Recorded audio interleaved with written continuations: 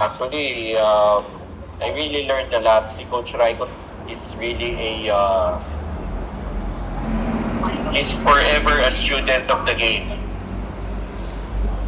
He eats basketball for breakfast, for lunch, for dinner. Talagang ano siya talagang his passion is really basketball. So I learned everything from offensive plays to drills to how to discipline the team, to discipline the players.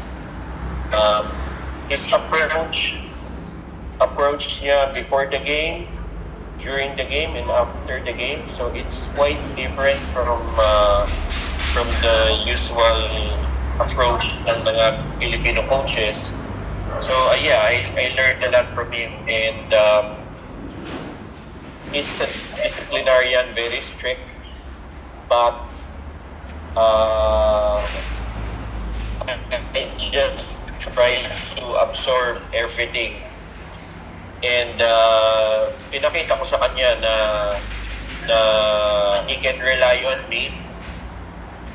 Nagpakasipag ako, sinunod ko lang yung gusto niya. So even if it's difficult sometimes, kasi nga para siya military, the way he handled the team, hindi tayo sanay ng gano'n. Tayo mga